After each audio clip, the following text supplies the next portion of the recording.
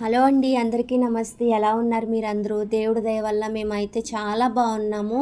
అలానే మీ అందరి సపోర్ట్ వల్ల కూడాను. ఇంకా మీరు కూడా బాగుండాలని దేవుని మనస్ఫూర్తిగా కోరుకుంటూ, ఈరోజు వీడియో వచ్చేసి నన్ను చాలా మంది అడుగుతున్నారు కదా, అక్క మీ చర్చ్ బిల్డింగ్ చూపియండి అనేసి. వాళ్ళందరి కోసం నేనైతే చర్చ్ బిల్డింగ్ అయితే చూపించాలనుకుంటున్నాను. అదే కాకుండా ఇంకేంటంటే నేను ప్రతి శనివారం కూడా మా చర్చిని క్లీనింగ్ చేస్తానండి. ఎందుకంటే ఆదివారం కోసం ముందు రోజే సిద్ధం చేసుకుంటాను. ఈరోజు చర్చ్ బిల్డింగ్ చూపిస్తూ మనం క్లీనింగ్ చేసేది కూడా చూద్దాము. ఎక్కడ కూడా స్కిప్ చేయకుండా లాస్ట్ వరకు చూడండి. ఇక్కడ వచ్చేసి మాకు 2 అంతస్తులు అన్నమాట. కింద అయితే కనుక మా దైవ సేవకులు వాళ్ళ కుటుంబం ఉంటుంది. పైన అయితే దేవుడి మందిరాన్ని అయితే మేము సిద్ధం చేసుకున్నాము. ఓకేనా, ఇది అండి మ్యాటరు. మాకైతే ఇది సెంటున్నరలోని చర్చ్ బిల్డింగ్ అయితే కట్టుకున్నాము. కొంచెం సెంటున్నర కంటే ఎక్స్ట్రా ప్లేస్ కూడా ఉంటుంది.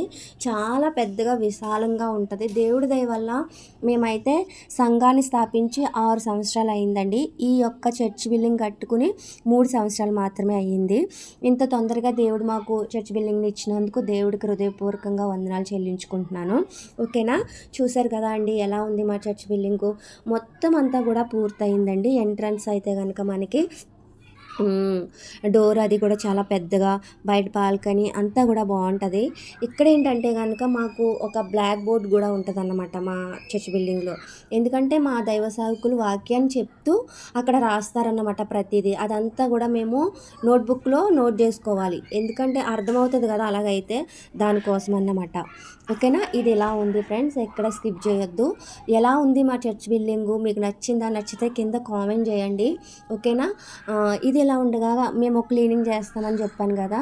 క్లీనింగ్ కోసం అనేసి ముందుగా అయితే నేను ఒక క్లాత్ తడిపి శుభ్రంగా వాటర్ని పిండేసుకుని ఆ క్లాత్తో అయితే శుభ్రంగా ఎక్కడైతే డస్ట్ ఉంటుంది, కిటికీలు ఇలాగా బల్ల అన్నిటిపైన కూడా డోర్లు శుభ్రంగా క్లీన్ చేసి ప్రతి వారం కూడా తుడుస్తామన్నమాట. ఇలా తుడకపోతే ఇంకెక్కువ దుమ్ము పడుతుందని. ఓకేనా, ఇంకా ఒక పక్క నుండి మా పాప ఏం చేస్తుంది అంటే చీపురుతో తుడుచుకొచ్చేస్తూ ఉంటుంది అన్నమాట. 2 పనులు ఒకేసారి అవుతుందని. ఏంటంటే ఆదివారం పిల్లలు ఏం చేస్తారంటే చాక్లెట్లు, బిస్కెట్లు ఇంకా ఇలాంటివన్నీ కూడా ఏం చేస్తారంటే కింద ఎక్కువ డస్ట్ వేసేయడం వల్ల చీమలు అవి పట్టేస్తాయి. దానివల్ల చాలా చీమలు ఉంటాయి.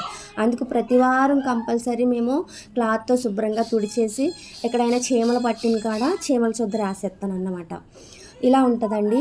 ఏంటంటే సంవత్సరానికి ఒక్కసారి ఎవరికి ఇంట్రెస్ట్ ఉన్న వాళ్ళు క్లీన్ చేయొచ్చు అన్నమాట. సంవత్సరం పొడుక్కి ఒకరు క్లీన్ చేసేటట్లుగా.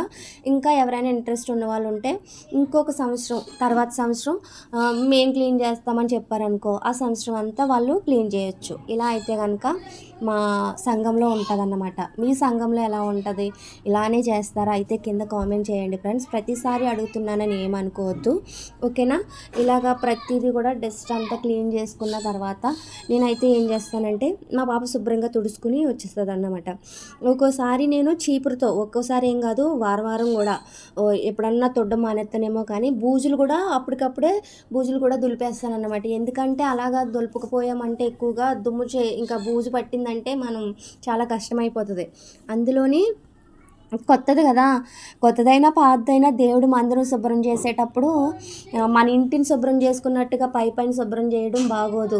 ఎందుకంటే ప్రతిదీ దేవుడు చూస్తాడు కదా. దానికోసం నేను దేవుడు చూస్తాడని కాదు కానీ చేసిన పని ఇంట్రెస్ట్గా చేయాలి. లేదా ఇలా పైన చేసేస్తే అది అస్సలు మంచిది కాదు అని నా ఉద్దేశం.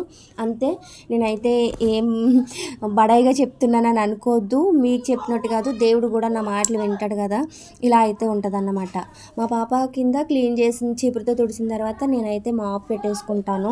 లైజాన్ వేసి శుభ్రంగా క్లీన్ చేసేసుకుంటాను అన్నమాట. చూశారు కదా ఫ్రెండ్స్, ఈరోజు వీడియో ఎలా అయితే ఉంది. మంచిగా ఇది క్లీన్ చేసుకోవడం చాలా బాగుంటుంది. మా సంఘములు అందరూ కూడా మేము క్లీన్ చేస్తామని చాలా ఇష్టపడతారండి. నాకు ఫస్ట్ నుండి కూడా ఇలాగా మందిరం క్లీనింగ్ చేయడం చాలా ఇష్టము. ఈ చర్చ్ స్థాపించి 6 సంవత్సరాలు అయింది. 5 సంవత్సరాలు నేనే క్లీన్ చేశాను. 1 సంవత్సరం మాత్రం మా ఒక పాప తీసుకుందన్నమాట. ఇంకా ఈ సంవత్సరం కూడా నేనే క్లీన్ చేద్దాము. ఏంటంటే ఇలాగా మందిరం క్లీన్ చేయడం వల్ల చాలా ప్రశాంతంగా రిలాక్స్గా మైండ్ అనిపిస్తూ ఉంటుంది అన్నమాట. దేవుడు పని చేయడము అనేది ఒక గొప్ప ఆశీర్వాదం. ఆ ఫీలింగ్ కోసం అనేసి నేను ఎక్కువ ఇష్టపడుతూ ఉంటాను ఫ్రెండ్స్. ఎవరైనా మీలో దేవుడు పని చేయడానికి ఇష్టపడుతున్నారా అయితే బాధపడొద్దు, అస్సలు సంతోషంగా చేయండి.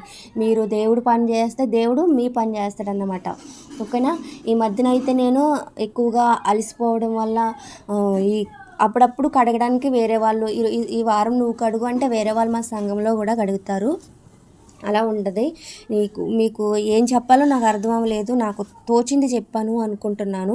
ఇలా అయితే మేము క్లీనింగ్ అయితే చేసుకుంటాం. బయట బాల్కనీ అయితే కనుక నేను ఏం చేస్తానంటే చెప్పులు అవి తీసుకొస్తారు కదా, ఇంకా లోపల మందిరంలోకి తీసుకురారు కానీ బయటకు అయితే కనుక బాల్కనీలోకి చెప్పులు తీసుకొస్తారనేసి శుభ్రంగా కడిగేస్తాను. లోపలే మోప్ పెడతాను, బయట అయితే శుభ్రంగా సర్పేసి కడిగేసి ఇంకా నీళ్ళు మొత్తం ఊడ్చేస్తామన్నమాట.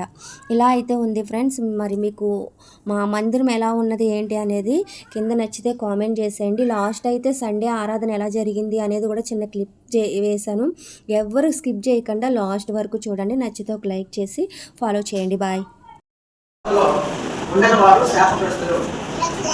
మేమైనను పరలోకం నుండి దిగి వచ్చిన దేవదూతైనను మేము ప్రకటించింది కాక వేరే సువార్తను ప్రకటిస్తే వారు శాపగ్రస్తులని అపొస్తలుల ద్వారా మాకు తెలియపరిచారు.